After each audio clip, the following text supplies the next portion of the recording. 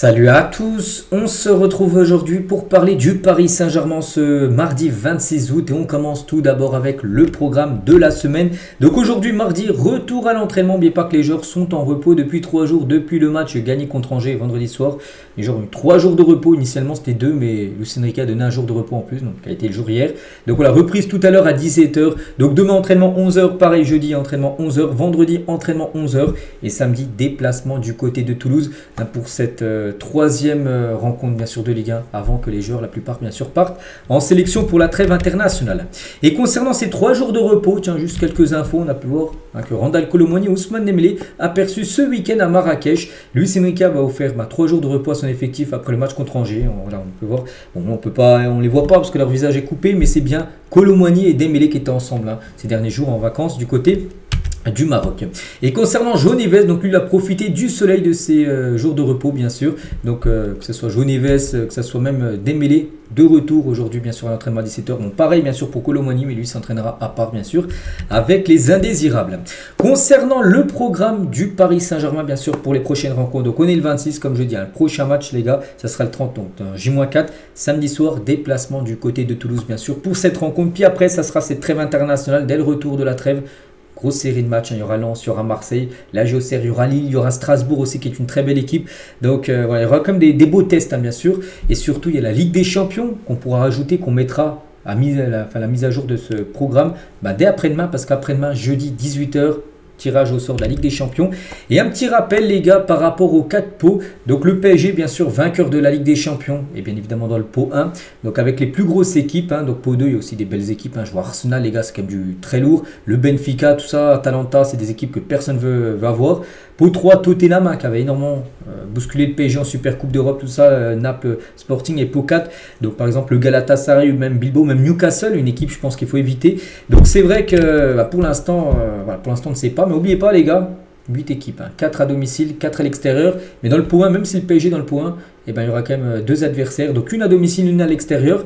Et si on fait on va dire le tirage au sort le plus compliqué pour le PSG, ça pourrait ressembler à ça tout simplement. Avec le FC Barcelone, avec l'Atlético Madrid, Arsenal, Newcastle, le Bayern Munich, Naples, le Sporting, Galatasaray. Un petit rappel, saison dernière, le PSG avait hérité des adversaires les plus coriaces. Ça avait été les ordinateurs, vous savez, qui fait des prédictions, tout ça. Ils avaient regardé l'équipe en gros qui avait les adversaires les plus compliqués, ça avait été le PSG. On a pu voir que le Paris Saint-Germain avait galéré comme en phase de poule avant d'avoir ce déclic contre City, puis de gagner après la Ligue des Champions. Mais c'est vrai qu'on verra, après c'est du tirage au sort. Tu peux avoir bien sûr un calendrier compliqué. Regardez, saison dernière, calendrier compliqué, mais après ce qu'a enchaîné bien sûr le PSG, être dans le move de la Ligue des Champions et de gagner la Ligue des Champions, on verra. De toute façon, ça sera après-demain, bien sûr, le tirage au sort. Mais voilà, ça peut être vraiment un gros programme, bien sûr, pour l'équipe parisienne. Donc, n'oubliez pas 4 matchs au Parc des Princes et les 4 autres à l'extérieur.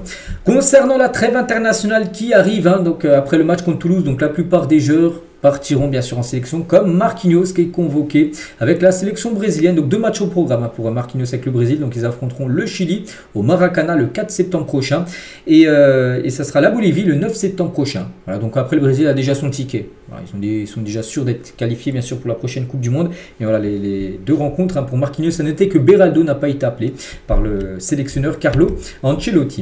Concernant Kang In-lee, lui aussi convoqué en sélection coréenne pour les 2 prochains matchs de la Corée. Il y aura un Corée du Sud contre les États-Unis le 7, un Corée du Sud contre le Mexique le 10. Voilà, donc 2 matchs amicaux. Et il est bien à appeler, bien sûr.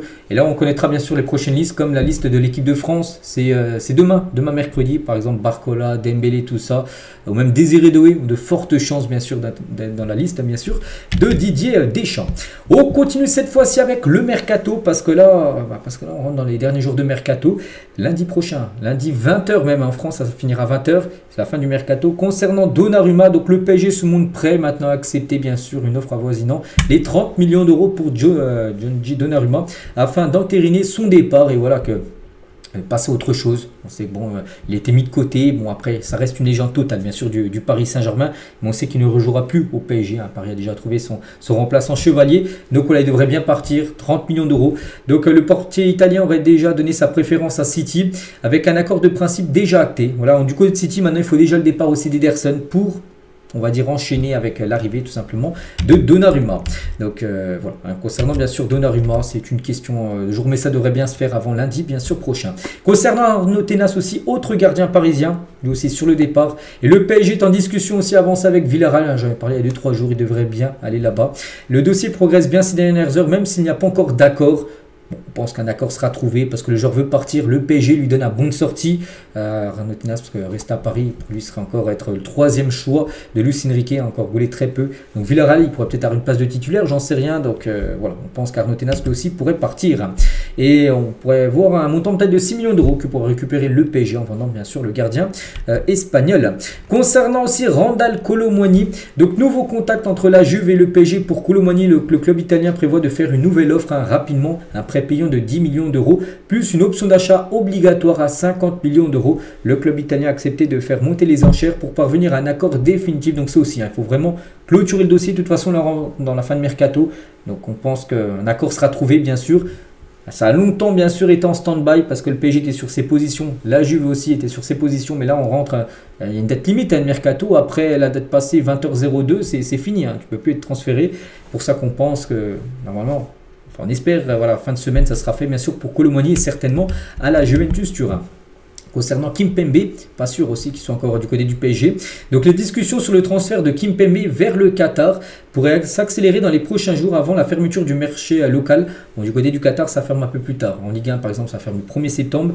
Mais que ça soit même en Arabie Saoudite ou même au Qatar, ça se poursuit un petit peu en septembre. Donc jusqu'au 16 septembre, des clubs, par exemple qataris, peuvent accueillir des joueurs. Donc on se dit Kimpembe, il y a des chances qu'il parte. Bon, lui, ça peut être encore d'ici quelques semaines.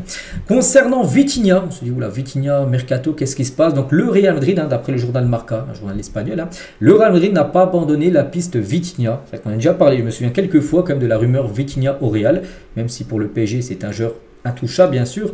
Donc considéré comme un objectif majeur pour l'avenir, le Portugais est toujours dans le viseur de l'équipe du Real Madrid. Donc un départ cet été paraît impossible. Hein. Voilà, le PSG, impossible de lâcher Vitinha à 6 jours de la fin du mercato. C'est imaginer le vendre.